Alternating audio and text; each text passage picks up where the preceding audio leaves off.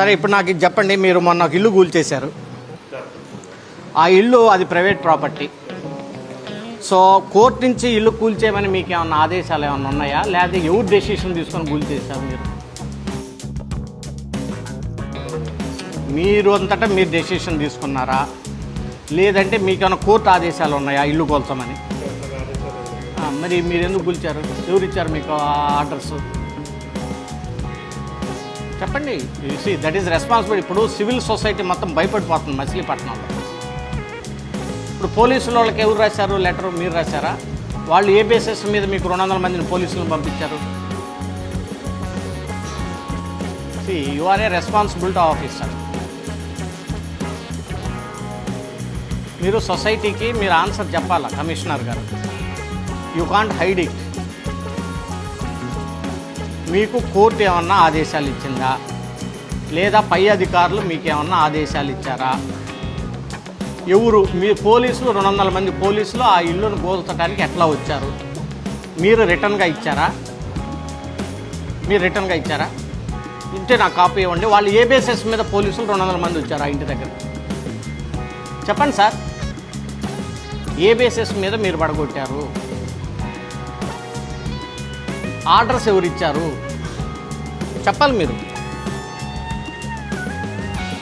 వాళ్ళు సెంటరింగ్ వాళ్ళని కూడా వదిలిపెట్టుకోకుండా ఒక 2 రోజులు అంటే టైం ఇస్తే సెంటరింగ్ వాళ్ళు మేము సెంటరింగ్ తీసుకుంటాం అన్నా కానీ వాళ్ళు అదేమన్నా టెర్రరిస్టుల నివాసమా?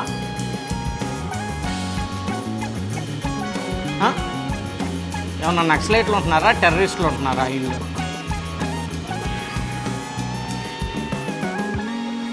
లేదు చెప్పాలి మీరు. అలా నిలబడితే కొద్దిగా ఆన్సర్ చెప్పాలి దానికి. ఇల్లు కూల్చేయటం అంటే it's not a small issue. చిన్న విషయం కాదు అది. ఇల్లు కూల్చటం అనేది స్మాల్ ఇష్యూ కాదు.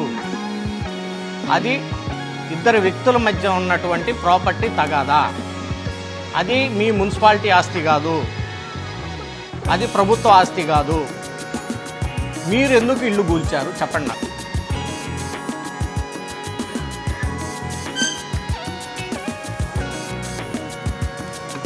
ఏం సమాధానం చెబుతాం సొసైటీకి మీరు చెప్పండి నాకు. ఇప్పుడు మీరు అధికారి, 2 సంవత్సరాలు ఇక్కడ ఉంటారు, వెళ్ళిపోతారు. మేము ప్రజాప్రతినిధులం.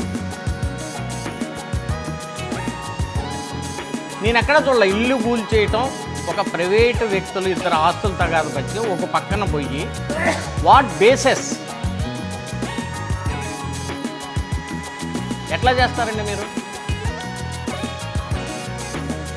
వాళ్ళు లేడీస్ కాళ్ళ మీద పడి ఏళ్ల మీద పడి బచ్చలాడుతూ ఉంటుంటే మిమ్మల్ని అందరినీ పోలీసులందరినీ పక్కకి నెట్టేసి ప్రైవేట్ ఆస్తిని కోల్చాల్సినటువంటి అవసరం మీకేముందండి? ఎట్లా కూల్చారని చెప్పమంటున్నాను నేను అనేది. మీరు ఏదన్నా ఒక పని చేయాలి అంటే ఏదో ఒకటి మీకు ఉండాలి కదా, అధికారం ఉండాలి కదా. ఏ అధికారంతో మీరు కూల్చారు ఆ ఇల్లుని? మీకు ఉన్నటువంటి అధికారం ఏంటో నాకు ఇవ్వండి, లేదా మీకు వచ్చిన ఆర్డర్ ఏంటంటే ఇవ్వండి.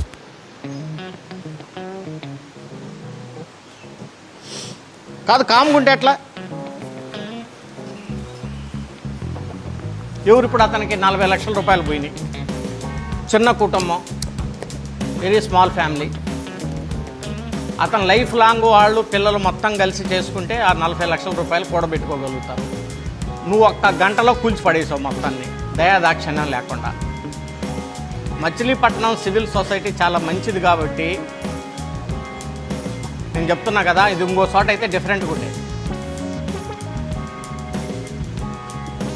అసలు మీకు సంబంధం ఏంది నాకు అర్థం కాదు. అది గవర్నమెంట్ ప్రాపర్టీ కాదు కదా.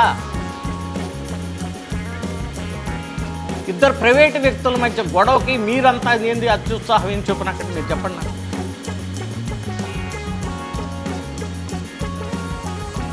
ఎందుకు చేశారు మీరు? తప్పు ఎందుకు చేశారు ఒక ఆఫీసర్గా? మీకు అసలు పోలీస్ ఫోర్స్ ఎట్లా ఇచ్చారండి?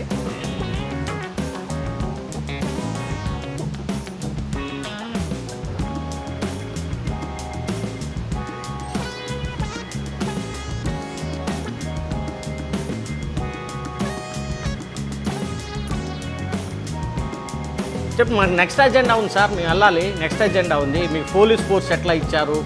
మీరు మీకున్నటువంటి ఏ అధికారంతో మీరు ఆ ఇల్లు కూల్చారు?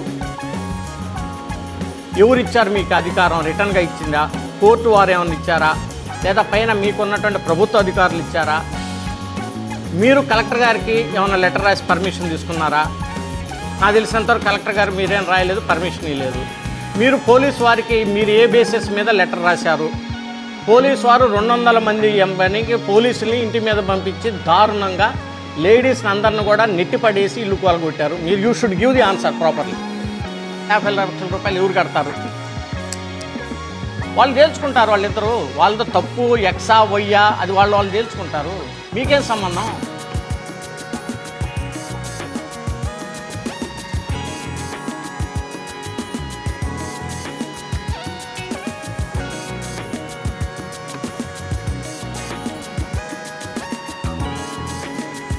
చెప్పండి కమిషనర్ గారు.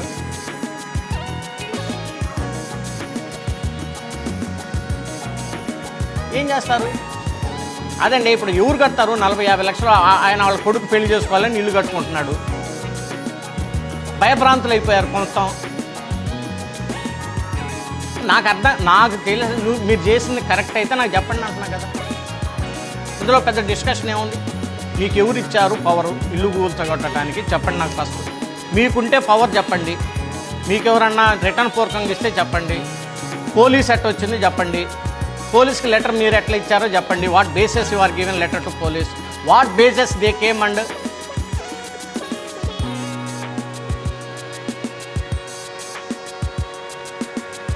ఎవరు? ఏం జరుగుతుంది అసలు ఇక్కడ?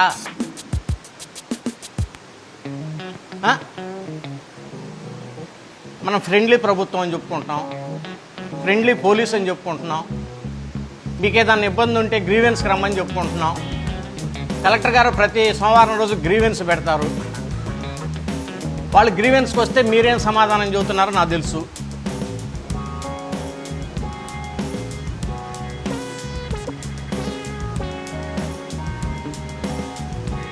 ఇప్పుడు మీరే ఉన్నారు. మీరు ఎవరైనా కోలుకొట్టుకుంటూ ఊరుకుంటారు సార్? మీరు చిన్న చిన్న తప్పులు ఇద్దరి మధ్య ఉండొచ్చు, నేను కాదంటలేదు. అది ప్రైవేట్ వ్యక్తుల మధ్య ఉంటుంది. తప్పు ఆయిందా ఏందా తేలిద్ది. 4 రోజులు కాతే 10 రోజులు తేలిద్ది, 10 రోజులు కాతే నెలకు తోలిద్ది. మీకేంది? మీకు అంత ఉత్సాహం ఏంది? Who are you? ఇల్లు కొనగడతారండి ఎవరన్నా?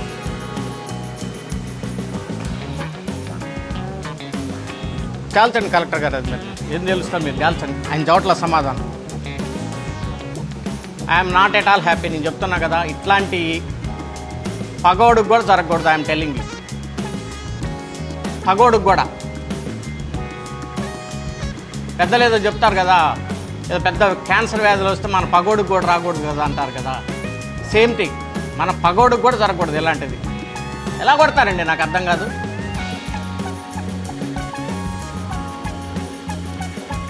తేల్చండి కలెక్టర్ గారు, మీరు తేల్చండి. అది 100% wrong. You don't have any legal right, you don't have any ethical right, you don't have any administration right, you don't have any right, I am telling you.